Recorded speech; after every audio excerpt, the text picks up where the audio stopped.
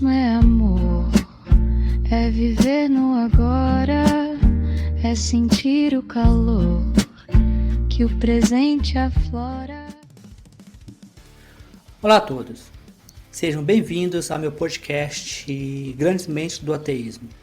O podcast Grandes Mentes do Ateísmo ele é focado em pessoas que mudaram o mundo ateu, né? O que nós entendemos como ateísmo moderno. É importante talvez destacar que esses nomes não necessariamente significam pessoas que contribuíram diretamente, mas que foram importantes, como Carl Sagan, Albert Einstein. Eles não eram pessoas necessariamente ateias publicamente ou declaradas. Mas esse podcast também dá um foco muito forte a pessoas que contribuíram fortemente, como o neo-ateísmo, Christopher Hitchens, Sam Harris, Richard Dawkins, que é largamente conhecido. Então, nesse podcast, eu convido vocês a fazer uma viagem no tempo e talvez, às vezes, filosófica sobre o ateísmo, né? Como que o ateísmo evoluiu, né? Quais são as questões históricas. Mas também eu queria convidar vocês, né, aproveitando essa introdução do podcast, para conhecer os meus livros, né? São vários livros na Amazon. Eu queria recomendar para vocês especificamente agora A Revolução Ateísta. A Revolução Ateísta é um livro que eu dediquei especificamente ao ateísmo.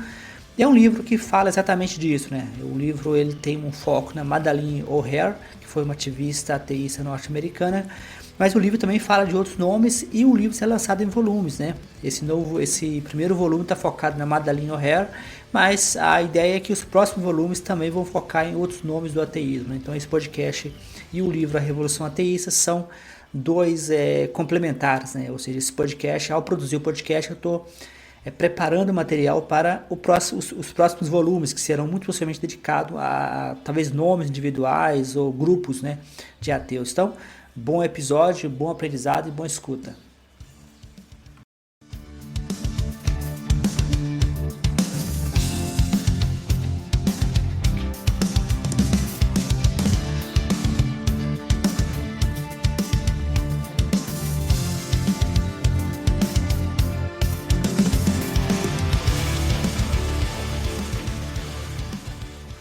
Sejam muito bem-vindos a mais uma análise profunda. Hoje a gente vai entrar num tema que, olha, é denso. Muito denso. E complexo, né? Demais. Eu sou o seu apresentador de hoje e eu tô aqui com a nossa especialista para a gente fazer essa imersão num documento histórico que é, no mínimo, fascinante. Com certeza. Olá para todo mundo que está acompanhando a gente. Bom, para quem nos ouve ter o contexto completo, o nosso foco de hoje é um discurso histórico. Um discurso super contundente feito por uma mulher chamada Madalyn Murray O'Hair. Isso, quando ela já tinha os seus 74 anos. Exato, 74 anos. E ela foi apresentada nesse evento pelo próprio filho, o John G. Murray, que na época era o presidente da organização American Atheists. Que é uma organização bem grande lá nos Estados Unidos, né? Sim, gigante. E o objetivo desse discurso não era falar de coisas abstratas, sabe? Era explorar mesmo as alegações dela sobre o que ela batizou de o dilema do ateu. O dilema do ateu nos Estados Unidos. Exatamente isso. Mas antes da gente mergulhar nessas engrenagens todas desse dilema, eu acho que é super importante a gente fazer uma pausa aqui logo no começo.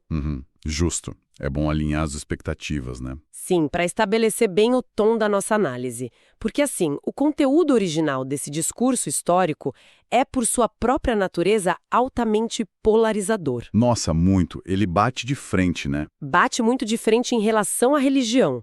Então, a nossa missão com esse mergulho hoje não é tomar partido. De jeito nenhum. A gente não está aqui para defender as posições da O'Hair, nem para validar essa visão de mundo dela. E muito menos para condenar qualquer crença ou visão de mundo de quem está escutando a gente. Perfeito, exato. O nosso objetivo é puramente analítico, sabe? A gente está aqui para relatar e dissecar os argumentos e as dores sociais que ela apresenta nesse material original. É quase como um estudo sociológico, né? Exatamente, é observar um texto histórico e ver o que ele diz sobre a dinâmica daquela sociedade. Perfeito. E aí quem nos ouve pode pensar, mas por que eu deveria me importar com esse texto antigo? É uma ótima pergunta. Né? E a resposta é que, independentemente da crença íntima de cada pessoa que está escutando a gente agora, esse discurso ele funciona como uma janela incrível, tipo muito fascinante mesmo, para a psicologia do isolamento social. Nossa, sim. É um prato cheio para entender dinâmicas de poder. Exato. A dinâmica de maiorias versus minorias e principalmente aquele peso emocional esmagador de você ter que esconder a sua própria identidade o tempo todo. Olhar para o indivíduo, para o nível micro. A experiência diária íntima, né? Isso. A O'Hara ela argumenta no texto que o ateu vive num ambiente de isolamento emocional e intelectual que é constante, é o tempo todo. E para sobreviver economicamente e socialmente, a pessoa é forçada a criar o que ela chama de como é o termo? O escudo de engano. O escudo de engano. É um conceito muito forte. Fortíssimo. É basicamente a pessoa ter que fingir conformidade, né? Sim, tipo ter que enviar os filhos para a escola dominical sem querer só para manter as aparências. Nossa, sim. Ou o profissional que esconde a verdade do próprio cônjuge ou dos pais cristãos por um medo muito real de abandono. O medo da ruptura das relações, né? É um pavor de perder a família. Exato. E o resultado disso, segundo o relato dela, é um auto-ódio. Um castigo interno constante. Certo, vamos desvendar isso um pouco melhor. Porque exige uma energia colossal, né? Para quem está tentando visualizar, imagina passar 24 horas por dia, todos os dias da vida, tentando manter uma bola de praia gigante submersa na água. Nossa, que analogia boa. É exaustivo só de pensar. Exaustivo demais. O esforço físico-mental ali é constante. O menor deslize, tipo se você afrouxar os braços um segundo, a bola salta para a superfície. E espirra água para todo lado. Espirra e expõe imediatamente para todo mundo ao redor aquilo que você estava tentando esconder com tanto desespero. Fica escancarado. Exatamente. Mas aí eu fico pensando numa coisa, e eu jogo essa para você, como nossa especialista aqui. Manda. Até que ponto esse escudo de engano que ela descreve com tanta amargura é realmente uma opressão externa estrutural e não só, sei lá, uma adaptação social humana padrão? Como assim padrão? Todo mundo edita partes da própria personalidade para evitar atritos? Não edita. No trabalho, no almoço de domingo da família. A diplomacia não é a base da civilização? Olha, o que é fascinante aqui é justamente como ela responde a isso. Para O'Hare, não se trata de um mero atrito social. Não é tipo omitir que você não gosta do pudim da sua tia. Certo. A tese dela é que é a erradicação da identidade. O custo psicológico que ela menciona na fonte é muito brutal. Porque vai contra o núcleo da pessoa, né? Exato.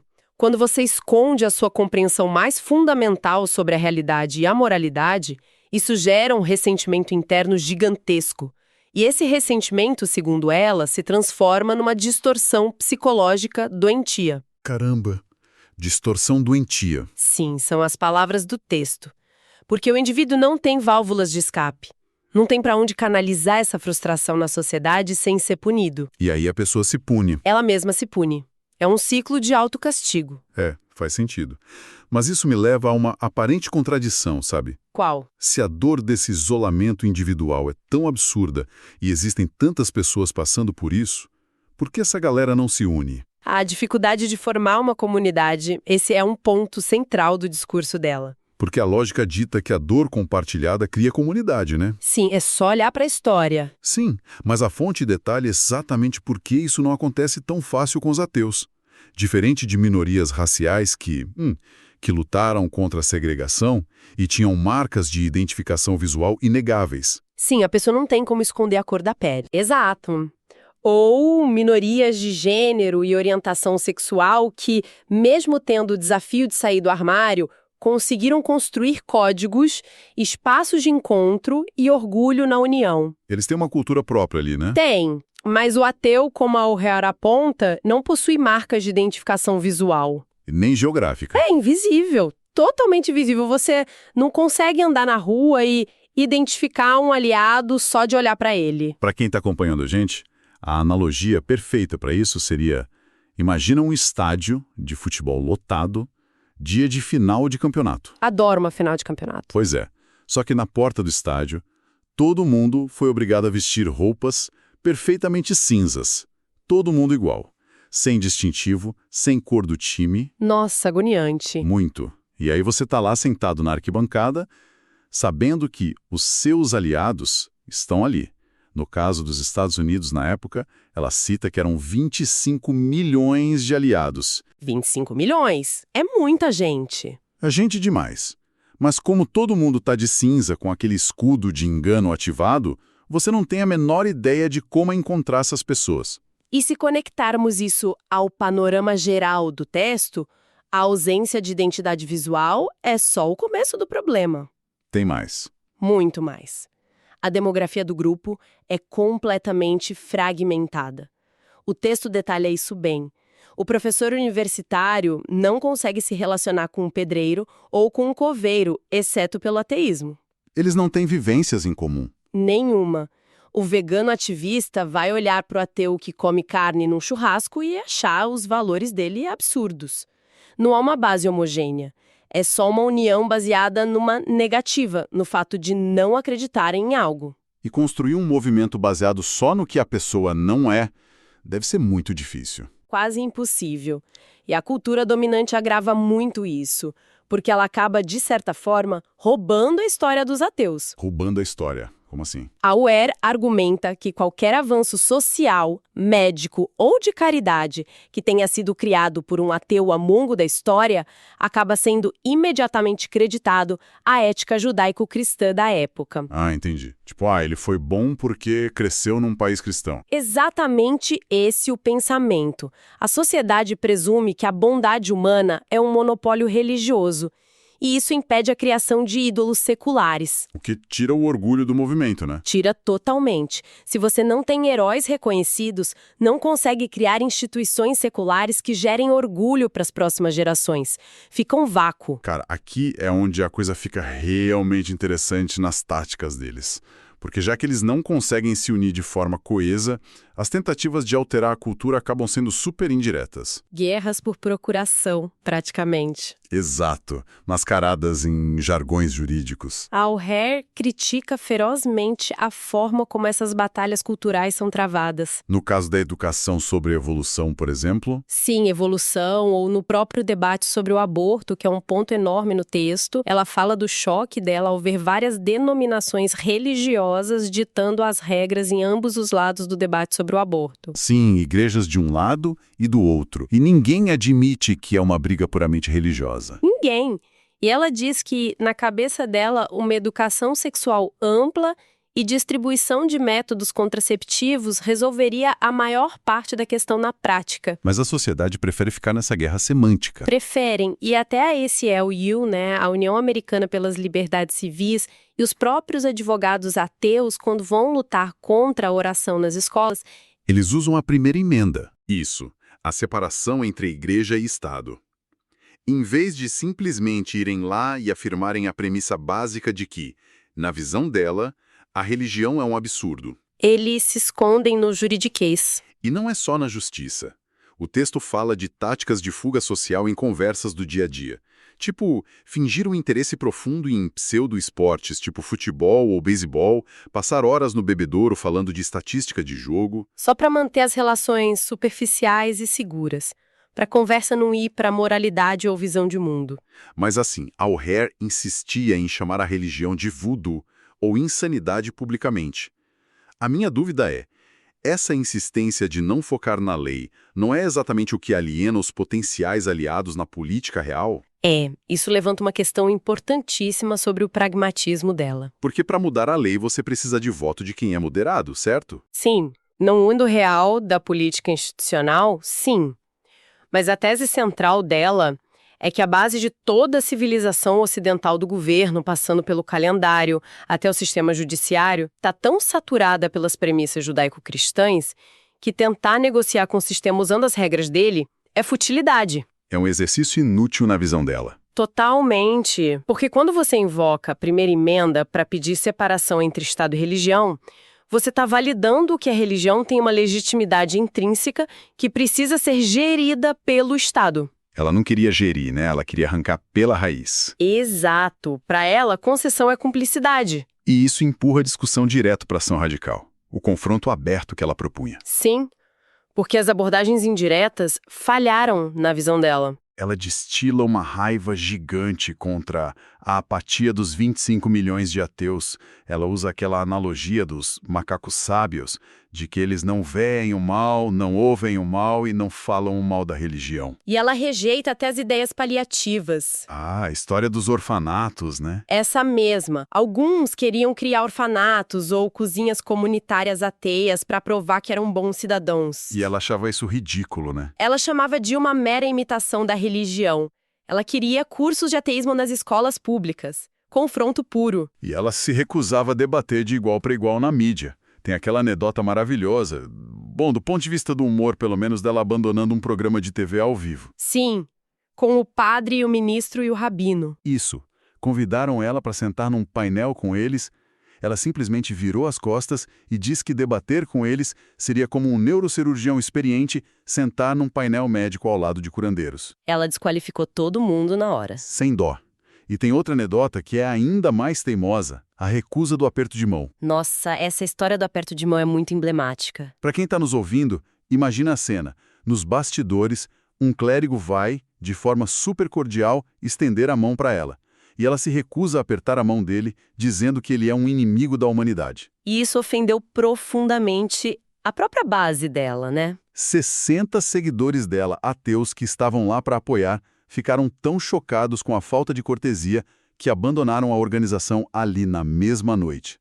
60 pessoas. Perder 60 apoiadores por causa de um aperto de mão? É aí que eu lanço um contraponto contundente. Será que a O'Hare não percebia o dano gigantesco das próprias táticas extremas? Alienar essas pessoas que ela passava 14 horas por dia tentando organizar, isso não prova exatamente por que o movimento carecia de união? Isso de fato levanta uma questão estrutural da liderança dela, mas a gente tem que analisar a mentalidade revolucionária ali. Como ela justificava isso na cabeça dela? Para ela, como a gente falou, a apatia e a cortesia burguesa eram os verdadeiros inimigos. Ela preferia 1000 vezes perder 60 pessoas domesticadas, digamos assim, e ficar com meia dúzia de radicais dispostos a comprar a briga. Entendi. O ressentimento dela era tanto contra a oposição quanto contra os aliados letárgicos. Exatamente. Ela trabalhou exaustivamente por 30 anos naquilo. A exaustão estava cobrando preço. E isso nos leva para o encerramento de tudo isso. Então, o que tudo isso significa, afinal de contas? O resumo do quadro traçado pela própria O'Hare. Sim. Ao final do discurso, a imagem que a gente tem é de uma mulher de 74 anos, diabética, com a saúde super frágil, reconhecendo o esgotamento profundo de lutar essa guerra uma vida inteira. Uma vida inteira batendo de frente. E para encapsular o legado dela, ela não cita filósofos modernos.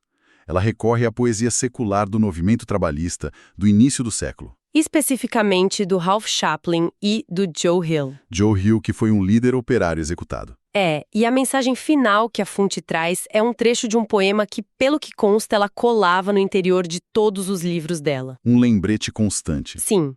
O poema diz: "Não chore os mortos, mas sim a multidão apática, que vê a grande angústia do mundo e seu erro e não ousa falar." É um apelo final, né? Para que os ateus entrassem na luta, parassem de se esconder atrás do escudo de engano e fossem para o Texas ajudar na organização dela. E pensando em quem está escutando a gente hoje, essa imersão toda serve como uma verdadeira aula magna. Sobre o que exatamente? Sobre as complexidades de manter convicções minoritárias frente a pressões culturais avassaladoras. Mostra de forma muito crua os altos custos pessoais, psicológicos mesmo, de defender o que é impopular. Furar a bola de praia dá um trabalho tremendo e te deixa exausto. É um pedágio muito alto de se pagar. Altíssimo. E para encerrar o nosso mergulho de hoje, eu queria propor uma reflexão final.